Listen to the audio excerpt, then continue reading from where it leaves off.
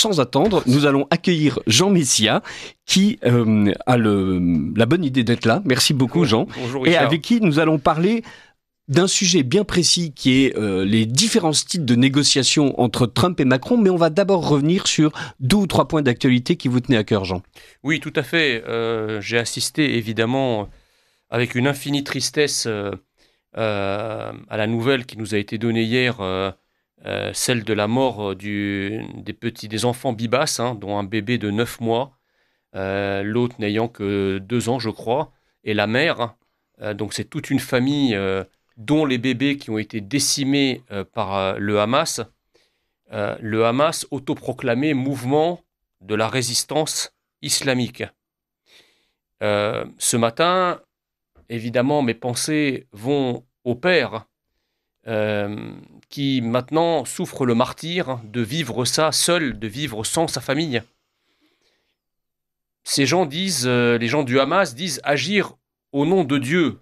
Rappelez-vous, lorsqu'ils étaient en train de kidnapper des familles entières et des enfants, ils appelaient leurs parents à Gaza en disant « Papa, maman, j'ai tué des juifs, Dieu est grand ». Mais quel Dieu, je pose la question ce matin, demande à ce qu'on tue un bébé de 9 mois, son frère ou sa sœur de 3 ans et la mère? Quel Dieu sacralise à ce point la mort et a un tel mépris pour la vie humaine? De quelle résistance se réclament-ils lorsqu'ils assassinent de tout petits êtres innocents? La France insoumise comparait, en tout cas certains de ses membres, comparaient la résistance du Hamas à la résistance française pendant la guerre. Imaginez l'ignominie de ces gens-là. Des gens qui osent comparer nos valeureux résistants, qui s'attaquaient évidemment aux troupes d'occupation, les Allemands, les soldats allemands de la Wehrmacht, de la SS, et qui, même lorsqu'ils étaient en Allemagne pour participer à la chute du Troisième Reich, n'ont jamais tué des bébés. Ces gens ne sont pas des résistants. Tuer un bébé de 8 mois, tuer son frère, sa sœur, sa mère, n'est pas un acte de résistance. C'est un acte criminel abject. Même le mot de monstre est insuffisant à les qualifier. Je suis étonné que les turiféraires de l'humanisme, les grands prêtres de la tolérance et de l'amour du prochain sans limite, au point même de se haïr soi-même, très étonné que la gauche et l'extrême gauche n'aient finalement pas eu un seul mot pour cette famille. C'est comme si cette famille finalement ressemblait trop à une famille française dans son mode de vie, dans la manière dont elle vit au jour le jour, que finalement ça serait interdit de la pleurer. Vous savez, j'avais déjà dit à votre antenne que nous étions interdits de pleurer nos propres malheurs, mais sommés de verser des larmes par casserole entière dès lors qu'il s'agissait de malheurs étrangers. Nous avons le droit de nous émouvoir de la mort d'un parasite sur une exoplanète, mais nous n'avons pas le droit de nous émouvoir de la mort de nos enfants dans nos rues, parce que, in fine, ceux qui ont tué Elias, ceux qui ont tué Philippine, tous ces crimes, tous ces francocides, comme le dit fort justement Éric Zemmour, qui se passent dans notre pays au quotidien, eh bien, n'ont guère de différence de nature, même s'ils ont une différence peut-être d'intensité dans l'âge auquel ils s'attaquent, mais ils n'ont pas une différence de nature avec ce qui se passe à Gaza. Et je crois que quand, vous savez, l'Algérie, qui vient de faire une sortie antisémite, sans transition, mais c'est quand même une transition, parce que c'est l'antisémitisme, le fil conducteur de tout cela, lorsque l'Algérie réclame à Boualem Sansal de se choisir un avocat non juif, on pourrait se dire, mais diable, les Algériens ne sont pas palestiniens. Pourquoi se mêlent-ils d'un combat aussi lointain et pourquoi attisent-ils une telle haine alors qu'ils ne sont pas concernés par une communauté juive qui serait suprémaciste sur leur sol? Eh bien tout simplement parce que les Algériens ne se pensent pas comme Algériens, ils se pensent comme musulmans. Et l'antisémitisme traverse toute la Oumma islamique. Donc à tous ceux qui nous disent que la guerre de civilisation est un fantasme d'extrême droite, je pose la question. Pourquoi y a-t-il de l'antisémitisme dans l'ensemble du monde arabe et pas seulement dans les territoires palestiniens, alors que l'ensemble du monde arabe n'est pas concerné par une quelconque question israélienne ou une quelconque question juive. C'est parce que c'est le grand réveil de la Oumma islamique qui fait fi des nations et qui utilise ses tentacules, y compris chez nous. Cette 5e colonne formée de millions de personnes qu'on a grimée en français par une folle politique d'immigration et une tout aussi folle politique de naturalisation, eh bien, cette Oumma islamique se réveille, cette Oumma islamique redevient suprémaciste, redevient conquérante. Ne jamais oublier que Mahomet était un chef de guerre. Contrairement à ce que croit la gauche, Mahomet n'est pas Jésus. Et l'islam n'est pas le christianisme. Et on aurait tort de croire qu'on réglerait la question de l'islam exactement comme on a réglé celle du christianisme, parce que l'islam est une religion de combat, est une religion de conquérant. Mahomet lui-même a décapité, a poignardé, a éventré des gens dans le cadre de sa guerre. Donc, j'invite ce matin toutes les Françaises et tous les Français à un grand réveil. Je crois que les morts de la famille Bibas, les morts que nous comptons quotidiennement sur notre territoire par des agressions islamiques, doivent faire en sorte que l'on se réveille. Si on ne se réveille pas, eh bien, c'est toute la civilisation occidentale qui mourra sous les coups de couteau et les massacres du suprémacisme islamique. Merci beaucoup, Jean Messia. Nous allons parler brièvement, mais pendant quand même 10 bonnes minutes, du film Magnificat, et nous reviendrons ensuite commenter l'actualité avec vous. Jean Messia, on va parler de tout à fait autre chose. J'ai été très surpris de voir Trump expliquer qu'il allait choper le Groenland, le Panama et Gaza, et en parallèle, Macron expliquait qu'il fallait convoquer des gens, discuter. Il y a d'un côté une espèce de style de négociation prédatrice où je fais exprès de me dresser sur mes pattes arrière comme un grizzly en hurlant et en expliquant c'est à moi, et de l'autre côté quelque chose plus cauteleux et plus prudent. Et est-ce que les deux styles de négociation peuvent aboutir de la même manière ? Vous savez, à travers l'exemple de ces deux styles que vous donnez, il y a en réalité la face émergée de l'iceberg. C'est-à-dire que, en réalité, il y a deux mondes qui se succèdent. Il y a le monde gaucho-progressiste, feutré, capitonné, des salonnards qui avaient l'habitude de converser entre gens de bonne compagnie, sans jamais prendre de décision d'ailleurs, ou en tout cas en prenant toujours des décisions dans l'intérêt d'une petite élite qui est assez éloignée des préoccupations populaires. Ces gens-là, au demeurant, continuent à parler, c'est le cas de Macron, hein. Ils continuent à parler dans des salles qui sont désormais vides, ils continuent à débiter leurs éléments de langage éraillés, alors même que la salle s'est vidée pour aller voir ailleurs. Parce qu'il ne vous a pas échappé que Trump a été élu, et bien élu, donc il correspond, de ce point de vue-là, à une aspiration populaire américaine qui en a ras la casquette, d'accord, de ces discours convenus, de ces discours mièvres, de cet impossibilisme fardé de bonnes intentions et de, comment dirais-je, et de respect de je ne sais quel juridisme ou légalisme. Les gens en ont marre.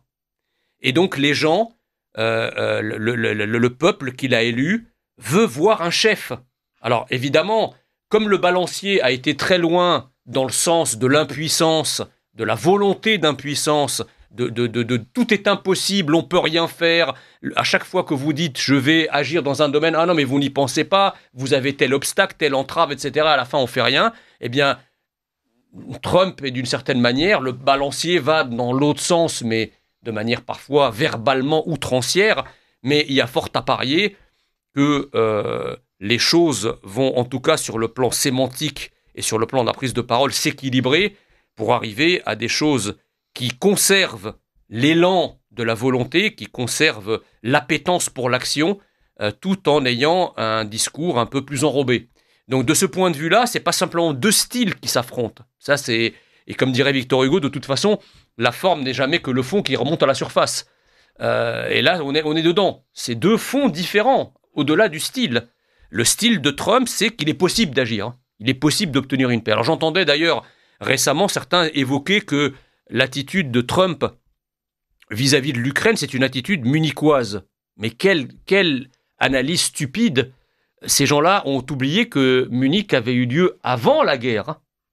Alors que ce que propose Trump, c'est précisément pour mettre fin à la guerre, hein. Donc c'est tout à fait le contraire de Munich. Vous savez, je pense que les élites en place, de par leur manière de faire maintenant depuis une quarantaine d'années, de par leur inefficacité, ce sont des élites, si vous voulez, qui aux yeux du peuple ont trahi, ont menti et ont failli.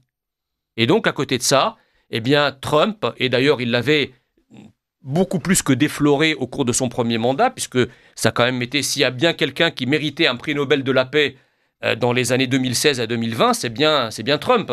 Bon, le système en place, évidemment, ne pouvait pas récompenser un de ses plus farouches opposants, mais qui a conclu les accords d'Abraham, qui ont permis à des pays arabes qui n'avaient aucune relation avec Israël depuis sa création, eh bien, d'avoir un traité de paix avec Israël, d'avoir des relations commerciales avec Israël? C'est Trump. Qui a calmé les ardeurs bellicistes de Kim Jong-un? C'est Trump.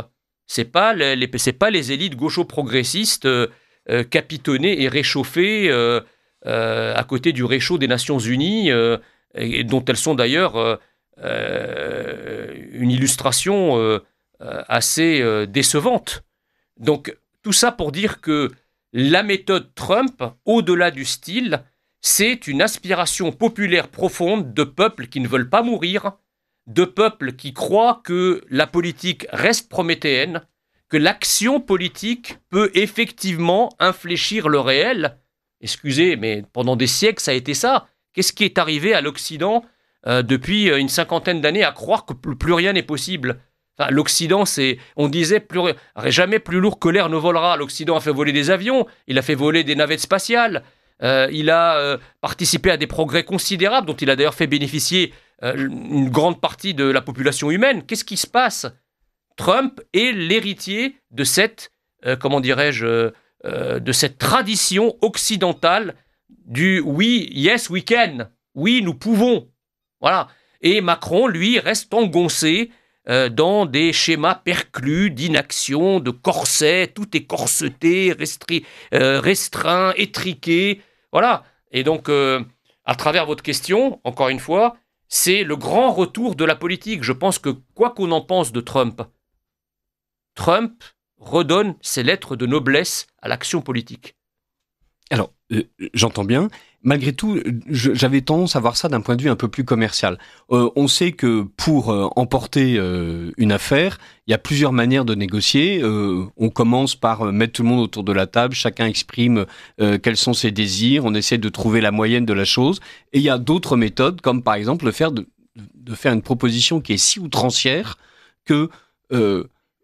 à la simple idée de ne pas se faire totalement dévorer, mais juste la moitié du bras, la personne a l'impression d'avoir gagné quelque chose. On a quand même l'impression que le Trump, d'ailleurs des accords d'Abraham, était plutôt le Trump classique, un commercial classique, c'est-à-dire on met tout le monde autour de la table, j'explique ce que vous pouvez gagner à l'accord, j'explique pourquoi est-ce que Israël peut être un partenaire commercial valable, je dis à l'Arabie Saoudite qu'elle peut gagner en réputation et en bonne réputation à un point de vue international si elle abandonne un antisémitisme d'État qui régnait chez Saoud. Et voilà, donc là, on pose une négociation. Là, au contraire, on a l'impression que c'est vraiment la personne qui fait peur et qui, évidemment, ne compte pas dévorer le monde entier, arracher le Groenland, le Canada, Panama et Gaza à ceux à qui il appartient, mais en faisant peur, se dit « j'arriverai plus rapidement à un résultat qui me permettra de présenter ça comme une victoire et qui permettra à l'autre de se dire qu'il n'a pas connu la défaite la plus totale ». C'est vrai, mon cher Richard, mais il n'y a qu'un malheur, si vous voulez, c'est que Trump parle le langage de son temps. Malheureusement, le monde entre 2016 et 2020 n'est plus le monde d'aujourd'hui. Trump parlait ainsi et était encore dans une forme de consensus bienveillant, ou en tout cas visant à rapprocher les points de vue dans la tradition, dans la pure tradition des grandes négociations internationales, mais c'était avant le 7 octobre. C'était avant la guerre en Ukraine, c'était avant les bombardements israéliens sur Gaza. Donc le monde, si vous voulez, depuis le premier mandat de Trump, le monde s'est radicalisé. À l'époque, Trump parlait le langage du monde de l'époque, qui était, pour être un monde gaucho-progressiste, il n'en était pas moins crépusculaire, mais il avait encore les ressorts du monde d'avant.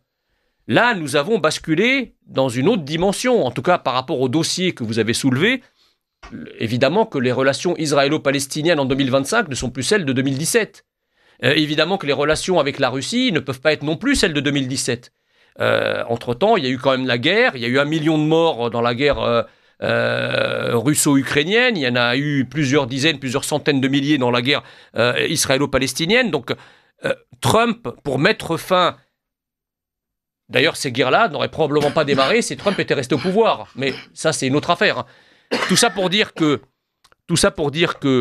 pour juguler, pour freiner, pour tempérer les ardeurs d'un monde devenu beaucoup plus radical, et pour espérer avoir une influence sur la radicalité du monde, il faut évidemment, que ce soit d'ailleurs d'un point de vue commercial ou d'un point de vue politique, que Trump fasse aussi preuve d'une certaine radicalité pour pouvoir ramener les gens à la table de négociation. Vous ne ramenez pas un Israélien qui vient de connaître 1200 morts avec des bébés dont j'ai parlé en exergue à mon propos, vous ne les ramenez pas à la table d'une négociation comme vous les rameniez en 2018 lorsqu'il n'y avait pas encore ces chocs traumatiques liés à la guerre qui s'est passée après le 7 octobre. Donc je pense qu'avant tout, Trump est un pragmatique. Vous parliez de Macron tout à l'heure, Macron est un idéologue antinational. Macron, c'est quelqu'un qui, lorsqu'il va par exemple à Bruxelles, n'a pas du tout l'intention de défendre les intérêts de la France. Il a son idéologie gaucho-progressiste en tête, et pendant que Macron construit l'Europe, l'Allemagne, elle construit l'Allemagne. Vous comprenez ? Donc, de ce point de vue, Trump, il agit, c'est un homme des circonstances, c'est dans la plus pure tradition gaullienne.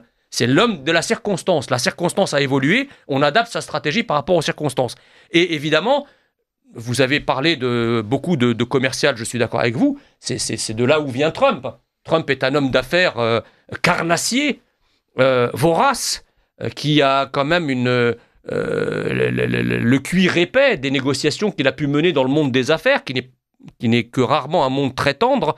Et je dois vous dire que l'application d'une logique des affaires à la logique des affaires politiques, dans un monde qui de plus en plus ne comprend que l'intérêt et l'individualisme, est plutôt pas mal. Excusez-moi, mais qu'a obtenu Macron en 8 années de gouvernement ? Peu de choses. Qu'est-ce qu'un Français qui se réveille, on est le combien ? Le 20 février 2025, qui a voté Macron le 8 mai 2017, qu'est-ce qu'un Français, au réveil après 8 années ou 7 années, peut se dire « Ah, mais Macron, qu'est-ce qu'il m'a fait ?» Si on doit faire le bilan. Qu'est-ce qu'il a fait au monde ? Qu'est-ce qu'il a fait à l'Europe ? Et qu'est-ce qu'il a fait à la France ? 3 fois rien. Ou en tout cas, pas quelque chose qui restera dans les mémoires. Si on pose la même question du côté de Trump, là, il y a quand même des réalisations. Je vous parlais des accords d'Abraham, je vous parlais de Kim Jong-un. On verra bien ce que cette nouvelle saison Trump va nous apporter, mais il y a fort à parier qu'il y a toujours, plus d'espoir d'obtenir quelque chose en tentant de l'obtenir, que de ne rien tenter du tout. Or, Macron est l'enfant, j'allais dire l'enfant monstrueux, oui, l'enfant monstrueux d'un principe de précaution dégénéré. Ce principe de précaution qui veut qu'on ne fasse rien parce que ça peut être dangereux. Ce qui n'est pas le principe de prudence. Alors, je défends rarement Macron, mais par exemple, lorsqu'en 2017, il parle d'une Europe de la défense, et que là, il nous en reparle en 2025, on a l'impression quand même qu'il a une idée précise d'autonomie stratégique de l'Union européenne, qui en 2017, il n'avait pas réussi à obtenir, et que là, il est peut-être en passe d'obtenir. Il n'y a qu'un malheur, si vous voulez, c'est qu'on ne fait pas une union tout seul. Et probablement que Macron, dans une espèce de boursouflure narcissique digne d'une montgolfière, se prend pour le président d'une Europe dont il va décider lui-même, Emmanuel Macron, de la politique de défense, sans aucun respect ni considération pour la position de ses alliés européens. Probablement que dans sa tête, c'est des grands succès, ouais.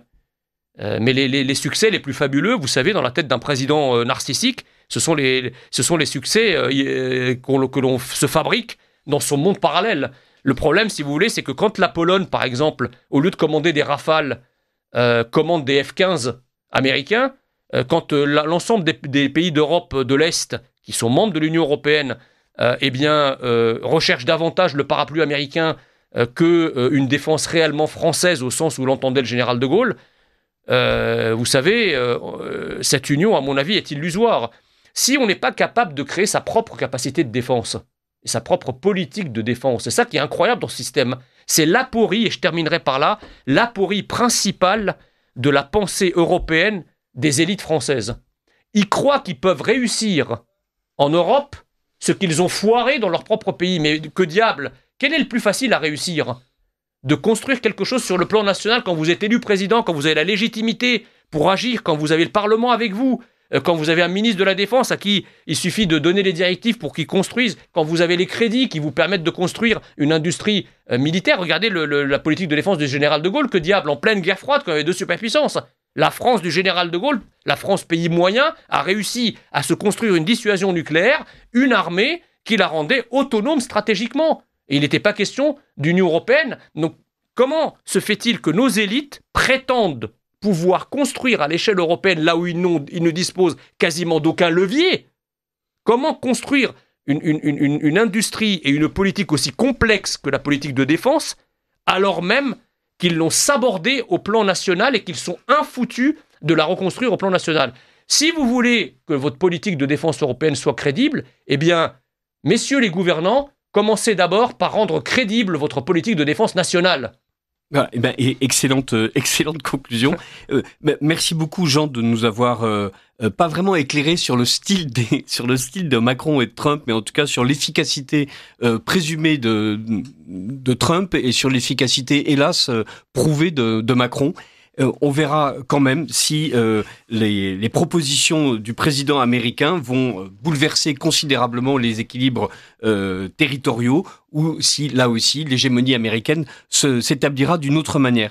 Merci beaucoup d'avoir été avec nous, Jean, et bien sûr, à la semaine prochaine avec grand plaisir.